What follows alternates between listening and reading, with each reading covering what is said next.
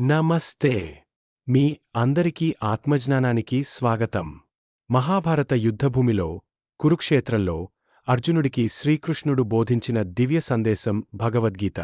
ఇది కేవలం ఒక మత గ్రంథం కాదు, జీవితాన్ని ఎలా జీవించాలో నేర్పే ఒక సమగ్ర మార్గదర్శిని. ఈరోజు మనం గీతలోని ఒక అద్భుతమైన శ్లోకం గురించి తెలుసుకుందాం.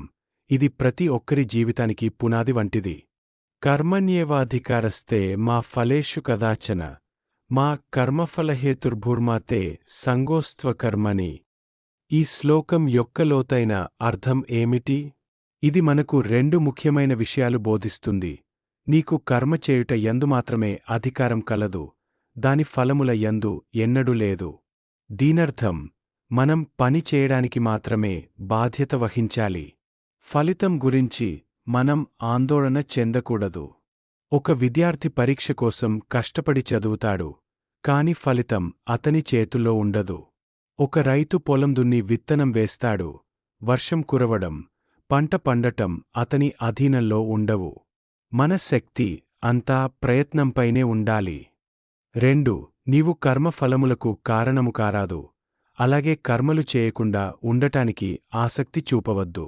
మనం మన కర్మల ఫలితాలపై అతిగా ఆశపడకూడదు.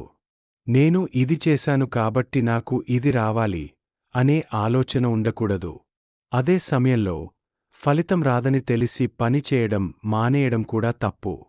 పని చేయకుండా ఉండటానికి ఏమాత్రం మొగ్గు చూపకూడదు. ఈ శ్లోకం ఆధునిక జీవితంలో కూడా ఎంతగానో ఉపయోగపడుతుంది. మనం ఒక ఉద్యోగం చేస్తున్నా, వ్యాపారం చేస్తున్నా, లేదా ఇంట్లో బాధ్యతలు నిర్వర్తిస్తున్నా మన ప్రయత్నం 100% ఉండాలి. ఫలితాలు ఎప్పుడూ మన అంచనాలకు తగ్గట్టుగా ఉండకపోవచ్చు, కాని అది మన ప్రయత్నాన్ని ప్రభావితం చేయకూడదు.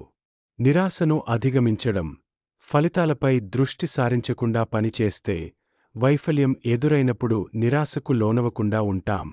మనం ప్రయత్నం చేశాం, అది ముఖ్యం. ఒత్తిడి లేని జీవితం. ఫలితాల గురించి ఆలోచించడం ఆపేసినప్పుడు పనిలో ఒత్తిడి తగ్గుతుంది. మన పనిని మరింత ఆనందంగా చేయగలుగుతాం. నిరంతర అభ్యాసం. ఏ ఫలితం వచ్చినా దాని నుండి పాఠాలు నేర్చుకుని ముందుకు సాగడానికి ఇది మనకు సహాయపడుతుంది. మనం చేసే ప్రతి పనిని ఒక కర్మయోగంగా భావించాలి. ఎలాంటి స్వార్థపూరిత ఆశలు లేకుండా నిబద్ధతతో మన కర్తవ్యాన్ని నిర్వర్తించడమే కర్మయోగం. కర్మణ్యేవాధికారస్తే. ఈ మహత్తర వాక్యాన్ని మన జీవితంలో అనుసరించినప్పుడు మనం మరింత ప్రశాంతంగా, ఉత్పాదకంగా, సంతృప్తికరంగా జీవించగలుగుతాం. పనిచేయడం మన ధర్మం, ఫలితం దైవాధీనం. ఈ శ్లోకంపై మీ అభిప్రాయాలను కింద కామెంట్లలో పంచుకోండి.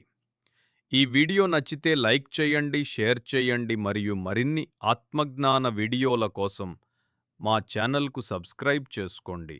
ధన్యవాదాలు.